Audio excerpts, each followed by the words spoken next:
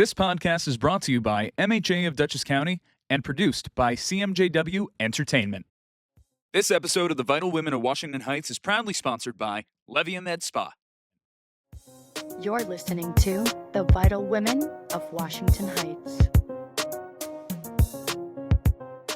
Hello, everyone. I am Iris Douglas, and joining me is my co-host Yvette O'Sullivan. Hello, everybody. We are I, and with us today, we are so happy to have you. Trust me. Thank you. Joining us is Lori Eve, and I don't want to mispronounce your last name, so help me with it. Tatarsky. Tatarsky. And you wouldn't be the first person, and I'm sure not the last. But I do not want to mispronounce your name. Names are important. Yes, absolutely. They certainly are. Yes. So, Lori, you are the author of I Dare You to Walk in My Shoes. Amazing. We're so happy to have you here. Thank you. You're It's a very pleasure. welcome. You're very Yes, welcome. I feel honored. We have been working for a while there, getting together and getting to know each other. So we're extremely excited that you're here with us today. Yes. And every chance I get to have a voice and to continue on my journey and to work towards my mission of helping people and healing people from the depths of pain and different things I've experienced is a moment in time to encapsulate. I appreciate that. You Yes. show up. You show up. You show up. You show up with your voice. Thank you. Well, that's why we're here today. And instead of doing the bochincha that I normally do that is related to Dominican Republic, today we're going to do a tribute to Diane Keaton because we see her as a very inspiring woman. She was very empowering to women. And we see you being very much like her with your fashion sense, with your humor, the way that you express yourself. So here we I'm getting are. verklempt. You're a trailblazer, So girl. worked up. You're a trailblazer. You are a trailblazer, just like Diane. Yeah. So I think I'm just a blazer. Nah, you're good. You're a trailblazer. So here we are. Iris is wearing her hat, and Lori's wearing a hat too, and I have a tie on to just honor a woman that I felt that she left us too soon. Yes, I felt it as well. And so millions of people are feeling the same way. It's very sad, but, I say it in my book, a lot of incredible souls that leave quite the mark on our society and our world leave too soon. However, if one leaves too soon and they touch hearts and souls and are impactful, then if somebody lives to the ripe age of 100, but, hasn't been able to achieve that, so it's really about perspective. But of Yes. course, she'll be terribly missed, and she will be remembered for all the beauty that she was. Absolutely. She was definitely a woman of empowerment. I felt that. All her movies, she was always like, for me, were always very inspirational, especially the last one that I saw, this Something's Gotta Give with Yeah. Jack. Remember? Oh, that was yeah. fun. She was So- sexy. yeah. She had her own house. She was like, Excuse forget me. it. Yeah. The thing I really liked about her was she was able to get in touch with so many different sides of Yes. the human experience. Absolutely. Yeah, I love that. I love that. Absolutely. So here we are to learn more about you. Yes. And we would like to start out by you telling us what inspired you to write your beautiful book. Well, I've gone through a very difficult time, and I think each individual, when they come into this world, for me at least, I never expected this because I felt my childhood was, from a vantage point, had a lot of opportunities, love, privileges, a lot of joy, a lot of stability. And then at some point, my father, that was very much my role model, became tragically ill and passed on my 17th birthday. And things started to unravel. And basically, I had gone off to college. I was still able to do that. And I was at a party on break with a bunch of friends. And I made a poor choice, but I think as we grow up, we become wiser and our choices become better. And I ingested a tab of acid. And I wasn't really one to dabble with drugs. I, of course, back then I did alcohol and whatnot and cigarettes, but never hardcore drugs. But I did ingest the tab of acid. And by the grace of God, at the time I was in Pikesville, Maryland, which I talk about in my book. I drove home at erratic speeds, 120 miles per hour, in already very fast sports car. And I was hallucinating, and it certainly was a trip, as they say. An acid trip, very much just odyssey. And when I got home, I fell into a deep depression. At that particular juncture, I was taken to a mental health facility and diagnosed as having bipolar type 1. Now, there's 2 types of bipolar. There's not 3 types, which would be tripolar, because I wouldn't suggest you tripolar. It's a very difficult, enduring disease. So bipolar type 1, generally speaking, comes with some type of altered state of mind. So with me, I used to get these terrible episodes, as they call it, where I would think, as I look at it, because of my spirituality, the devil was possessing me and, putting negative, dark thoughts into my mind. So it was this very scary place to be. Can only imagine. Yes. So basically, I felt that so many people, I never thought this was going to be my reality because of the backbone I had in childhood. You had a strong foundation in your childhood. Right. So I thought I would continue on. But in many ways, as I'm growing spiritually and other capacities, I'm realizing, just as I believe each of our names are in the book of life, I believe each of us has almost a predestiny. Absolutely. So this was meant to be part of my life journey.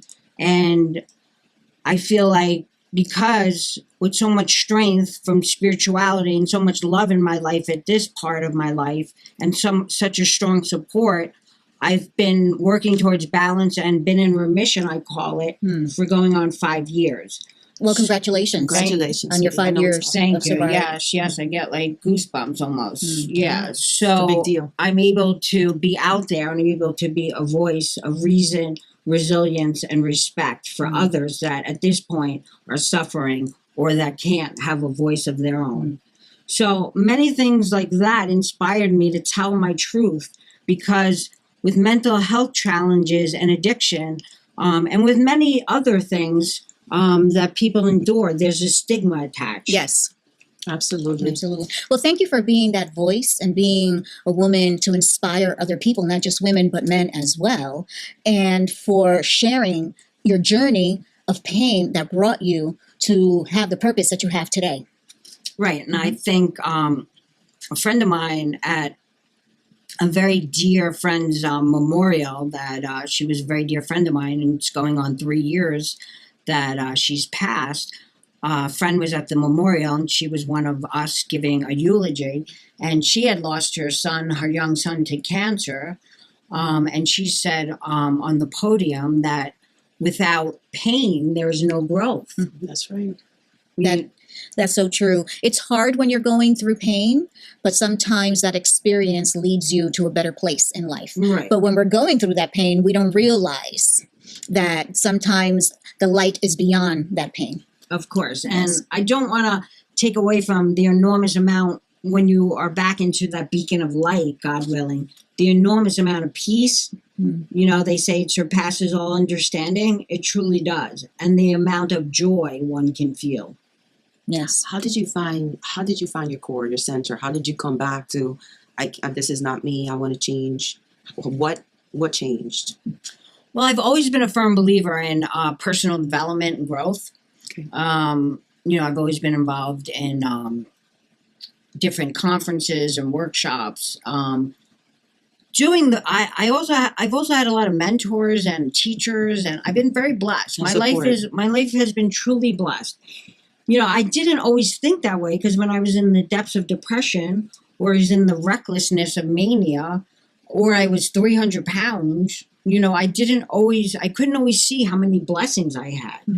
But now I truly do. And I'm willing to show up 100%. And I know God, who's very important in my life, will show up 150%. I love that you said that. We talked a little bit about self-awareness. You want to talk a little bit about how you feel about that? Because I think that's a big thing for you. Yes. You know, as human beings, it's our imperfections that make us perfect. Yes. I have this kind of play on, it's a little silly, but we all have floors. Some have marble, some have, you know, linoleum, some have vinyl. But overall, we all have many flaws. And I love that analogy. Yeah, me too. It's very fun. visual, and Yeah. I'm into, you know, having the actual visual and analogy. So sometimes we have to make it silly Yes. to actually understand Yeah. so much of what's so deep and Yes. core of our core. So as far as working on things, I just think I always wanted to be a better person, and I'm grateful to what I believe in. I grew up Jewish, and we went to temple, and my brother got bar mitzvahed, and a lot of my friends where I grew up, back then there wasn't as much diversity in communities, which I think is kind of sad. You know, I like it better that, you know, I'm able to have all different types of friends now, all different ethnicities and cultures and it makes life more fascinating. absolutely, and that's absolutely. the beauty of life, getting to know different cultures and different people. So definitely, these are better times, I feel. Right, I feel that as well. And I feel ultimately we're all one. You know, we're all looking for the light. We're all hoping to reach the light. We're all hoping to be as one. Yes. You know, and yesterday, I just want to mention, was a triumphant, historical day when they brought the hostages. Oh my God. Yes. So mentioning You know, that. from was Israel. beautiful. Yes. And, you know, I don't want to, you know, not to get into it, but not in so many words, but in the Bible, it says that Israel will become united again and all that. Absolutely. You know, so I think we're in times where, you know, people are looking to become one, unified. Absolutely. I think people are looking for more spirituality. Absolutely. How do you feel about spirituality? I know you're Jewish, and I know you wanted to Right, kind of right. elaborate on that. Well, you know, as I went on my journey and, you know, I dealt with the bipolar, the hardship of the mental disease. I call it dis-ease or disorder because there's so much chaos when you're dealing with an illness. Yes. You know, I was becoming more drawn to Jesus because of this exemplary life full of love and, you know, giving and healing and the beautiful things I heard about him and, you know, read about his life. And I felt very drawn. And for many of those that don't know, because so many people, and I think in our lives, you know, when you don't have that awareness, self-awareness, awareness of, you know, education, what's going on, or awareness of others, it really works against you. Absolutely. You know, so, you know, Jesus was ultimately born a Jew. Yes. And he was a very pristine Jew. He was a rabbi. For reasons such, he started Christianity.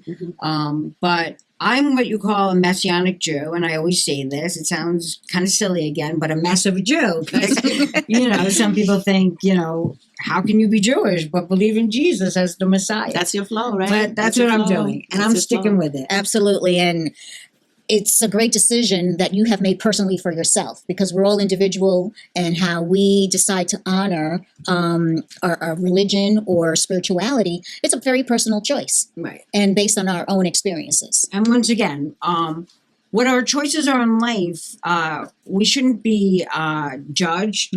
We shouldn't be stigmatized. That's right. That's why I really feel the name of my book came to me through a higher being. I dare you to walk in my shoes. Like, please don't judge me till you have walked in my shoes. And at that point, don't judge me even more because of what I've been through. And I'm not only a survivor, but because of love, I'm a thriver. That's Very right. good. I love that I message. love that. Survivor and thriver. So I want to talk a little bit about your addiction with food. Is that related to being bipolar? Because I recently learned also that Diane Keaton was bulimic, Yes, which I so was didn't I. know. And there was a point in my life, in my teens, that I was bulimic as well. And it all came about from, having this image that you have to have a certain body type, or you have to look a certain way. Yes. And I had to work very hard on myself when it came to changing that mindset and that image, and do a lot of therapy. Yeah. So I know what that battle looks like. What did that battle look like for you? It was probably one of the most harrowing things I've had to experience. So many people think if you have a food addiction, it's not difficult because you're not per se heavily addicted to maybe substance use, but addiction is powerful. And people don't choose addiction. It chooses them because of things they've experienced. Absolutely. And trauma they've gone through. And these are ways they cultivate to cope and get through the trauma, when I truly believe that one must somehow face their trauma if they're to get back to a place of recovery. So the food started with me. I remember it as clear as day when I was about 10 years old. I would, in the middle of the night, and I still do this, I eat in the middle of the night, I would sneak in my refrigerator and I would start eating what food was in there. Also, as a teenager, the same thing. I grew up in a somewhat affluent neighborhood. It was somewhat competitive. I felt I had to look a certain way. And, I also had who is still an extremely, incredibly beautiful mother, inside and out. And I felt I had to keep up with that. So as far as my food addiction, finally I surrendered it in the last couple of years, and I'm not binging anymore. I'm not throwing up. When I was younger, I did resort to the bulimia. I'm not compulsive overeating. By the grace of God, I'm not 300 pounds. I had gotten up to 300 pounds about 23 years ago. That was that was the beginning of the bipolar. Not the very beginning, but I was still trying to navigate through it. I didn't really understand it, So it's been exhausting. You've been through a lot. Well, good for you. Look where you're at. Look where you're here. Thank you. You've done a lot. Thank you. You're welcome. Thank you so much. I'm so happy you're here to Well, I'm amongst two wonderful women. Thank you. No, We're all going to do a lot. You're a wonderful woman, because your story is going to motivate other people, inspire other people. If she could do it, I could do it too. I mean, and you have some workshops going on that we want to talk about, the workshops. Yes. Are you comfortable talking about the workshop that you want to create? Let's talk about that, because the more people know, it's better. It's better for them. Sure, Yeah. that'd be great.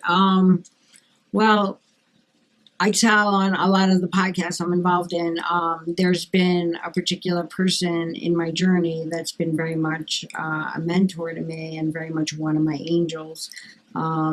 I believe, everybody has angels around them. Me too. I really truly believe that. I'm very big into angels, and they show up precisely at the right time, whether it be from afar or near. And I moved up to Dutchess County, where we presently are.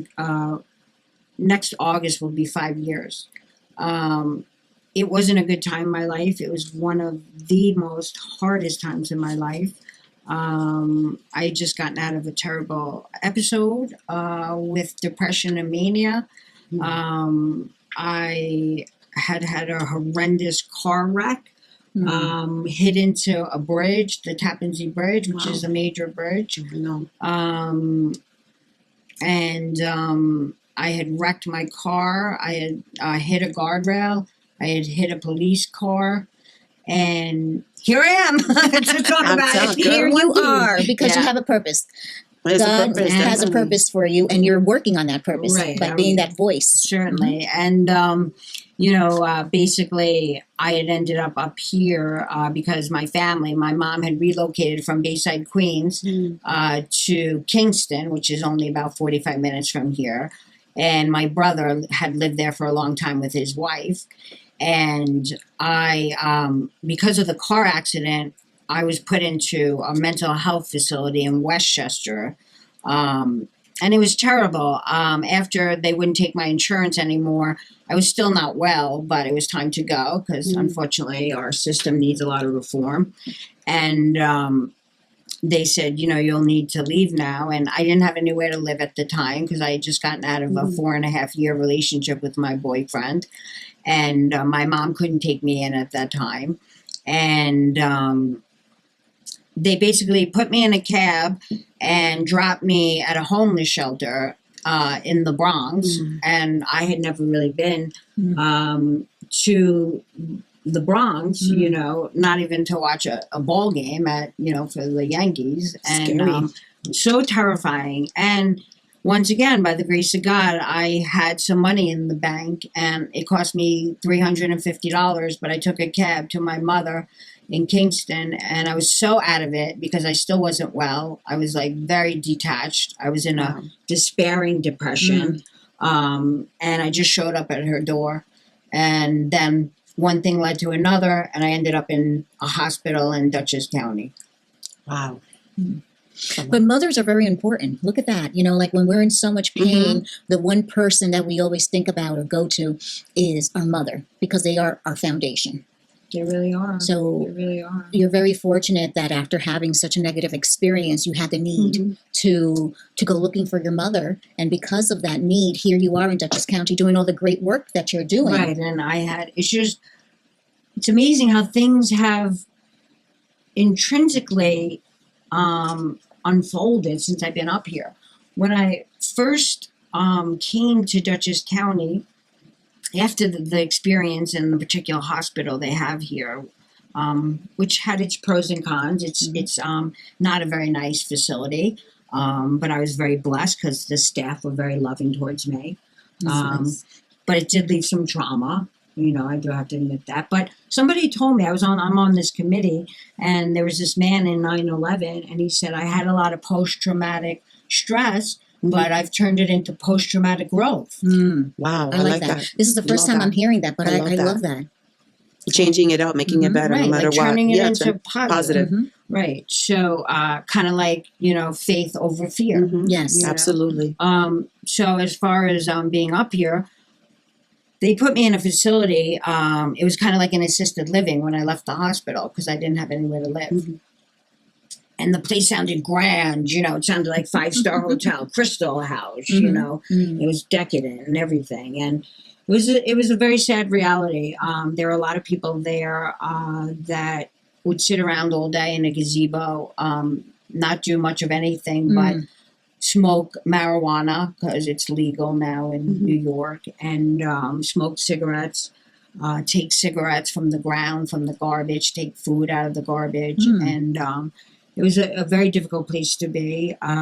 You were uncomfortable there? No, actually, yes and no. I felt like every place we're put is for a reason and for a lesson and maybe to contribute in some way. I like that. I still talk to this beautiful man, Joe Johnson, that I met there. A lot of the people there were very into God. We're very into, finding a better way.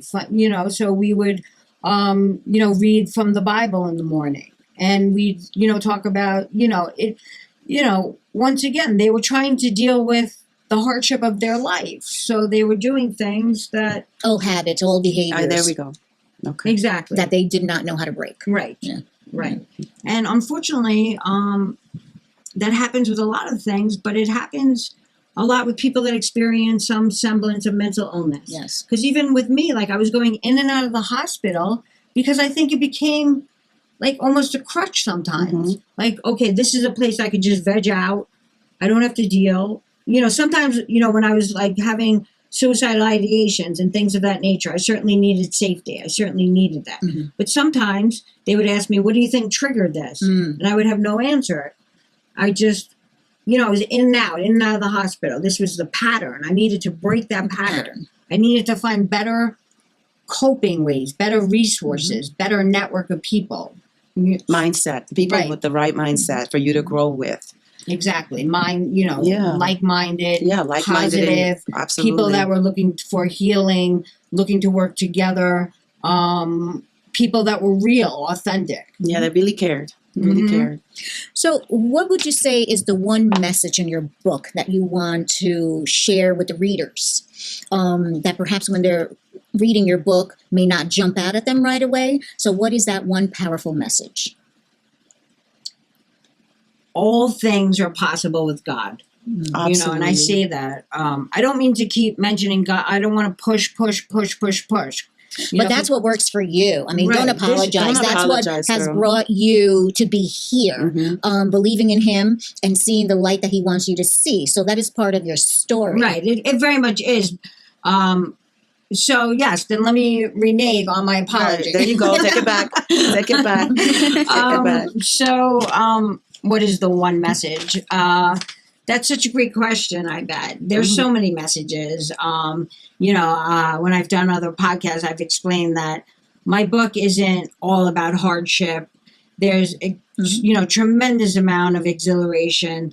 There's tremendous amount of humor. Yes. There's Poetry. There's Love it. a lot of poetry, a lot of narratives and parables, as we call them. And ultimately, never give up on your dream, no matter how Absolutely. grandiose, Mm. and always work towards finding your dream, because they can Absolutely. get lost in the dust. So find your fairy dust. There you go. I like that. Can we hold up her book? Because when Yes. Lori mentioned fairy dust, I love the cover This is of the beautiful. book. Well, And- we've updated it a little bit. I did want to say that. Yes. So this is the first edition, but Yeah, it's beautiful. It's got a Yeah. really beautiful, good. It's got a beautiful coloring and everything. I love the colors. Yes. And speaking of fairy dust, the little sprinkles coming down when you said that reminds me of the fairy godmother. Mhm. And you're right. You know, we need to find that purpose and what will drive us to that purpose, and not give up on our dreams, And I no think- matter how big or small. I think so many people, because of everything that's been so difficult in our world, have lost sight of that. Yes. Have lost sight of their purpose, or don't know where to begin to find a purpose. There's a lot going on, girl. There's a lot going on in our universe, and a lot of people are feeling it. Right. A lot of sensitive people. I feel like you're sensitive, you feel things, say, right? Extremely. Yeah, and it's maybe hard sometimes. It works against me and it works for me. I know. It's just grounding. You got to keep yourself grounding. One of the things that Yvette and I, we share an experience on Saturday is creating also boundaries. Yes. You have to create I knew you were going to like that word. I knew you were Either going to like said I had to work on them, or said to people, I've worked on them, and now it's my time to tell you my boundaries. boundaries, right? They're Because so you give, important. and They're then you so important Yeah. in lasting relationships. Whether it be business, whether it be family, whether it be friends, whether it be anything. Yeah. Boundaries are somewhat the anchor of all relationships, I love that. and respect, And respect, mutual absolutely. respect. And I feel that has been lost, respect. Sometimes I just stay kind of frozen. There are times that I go to different places, but even respecting somebody to me is holding the door open for them and not just walking through a door and realizing that there's somebody behind you, but you just let the door slam in that person's face. Saying thank you, good morning, doesn't take much to Evie. acknowledge people. And to me, that's respect. Yeah, but Evie, love you know what I that. think it is sometimes? People are not aware. They're in their heads. They're not being mindful. It's like awareness. We talked about awareness, self-awareness. If people don't, they're not, be mindful of what you're doing to others, they're not. They're in their heads. They're not, focused. I just think a lot of times also, sometimes I think it's intentional, but a lot of times when people do, but I think, just like Iris said, I think people's minds are just racing so much. Absolutely. And we live in such a fast-paced Too world, fast. to really enjoy the moments that are cherishable. And I remember for many, many years, I was in the advertising industry. I I talked know. I about read that that. as well. Yeah. And I had a very fast-paced life. And I would say I was a mover and a shaker. Yeah. And I would say a shaker, meaning I had so much anxiety that my life was like, You just kept moving so you won't feel the anxiety, right? You kept moving. Sometimes people do that, but that's a mistake because you said earlier, sometimes we have to feel that and release it. You have to feel what you're going through and then release it. exactly. Yeah. Exactly. How do you slow that down? What do you do in the mornings when you wake up? There's something that you share with me every day that I love, and Oh, I'm yeah, very that- grateful for receiving She's been sharing that, it with me too. that guidance every morning. Mhm. I do a couple of things in the morning when I wake up.